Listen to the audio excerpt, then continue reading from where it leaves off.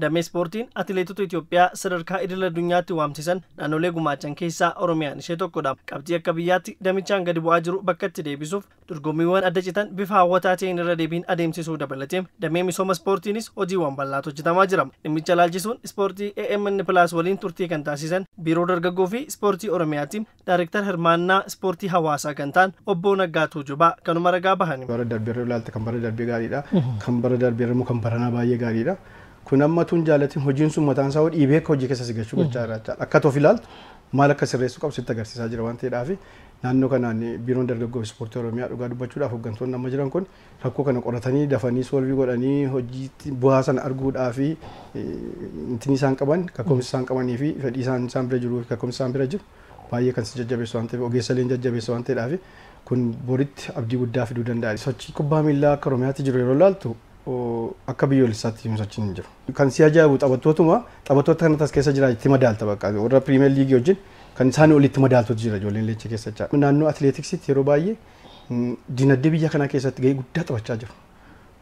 Investimentii atileetonni godhan kan Daraartuu Faasam Asallaati kaateen gara Finfinneetti dhufte kan Qananiisaa Faas kan Silashii faa kan Xurunesh faa kan yoo ilaalte investimentii isaan gochaa jiran baay'ee guddaa. Giddugaloonni leenjii ispoortii xiyyeeffannoo mootummaa naannichaan iddoo garaa garaatti ijaaraman firii gaarii argamsiisaa akka jiran obbo Naggaan itti dabaluun dubbatani. Kubbaa miilaa irratti kan xiyyeeffatu kan gool piroojeektii Amboo kana atileetiksii irratti kan xiyyeeffatan immoo giddugala leenjii Boqqojjii fi Booree sadarkaa godina Gujii keessa kan jiran jechaadha.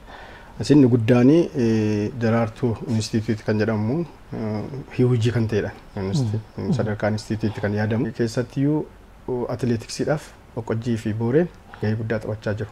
Keessattuu Booreen atileetota hedduu baasuu keessatti kilaboota gashuu keessatti umuriidhaan yeroo dorgomamu naannoo umurii ijoolleedhaan gashee baasee garceessuu keessatti gahee guddaa taphachaa jiru. Kanaaf Boqqojjiinis bifuma kanarra jiraachaadha.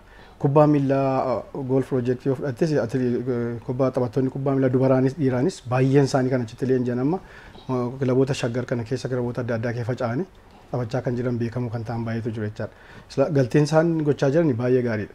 Garuu ammas immoo akka keenyatti kan nuuf hin jiru.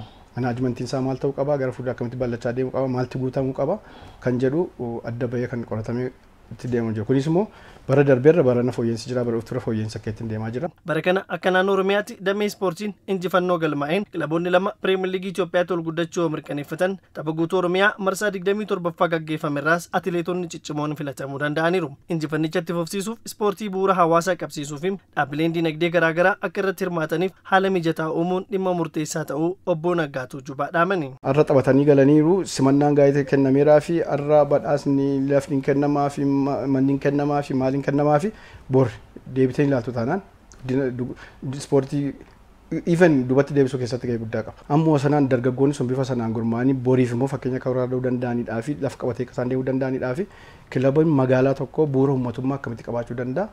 Dhaabbilee biratti akkamitti maqaa biraatiin hundaan magaalaa bulchiinsa magaalaa irraa bahee dhaabbilee gurguddaa naannoo sana keessa jiru yoo barbaachisaa ta'e iddoo tokkotti tokkoon bifa gurmaa'aniin maqaa tokko kennaniif yoo dhaabbileen qabatu immoo dhaabbilee sana karaa inni itti gargaaruu danda'u fi dhaabbileen sun karaa dhuunfachuu danda'u hawaasis karaa cina dhaabbachuu danda'u yoo hin mijeessin akkuma jette duubatti deebi'a. Sababni isaa kufaatiin keenya masaroo hundumaa caasaa mootummaa duwwaarratti baajetuma mootummaa duwwaarratti wanta hirkatuudhaaf.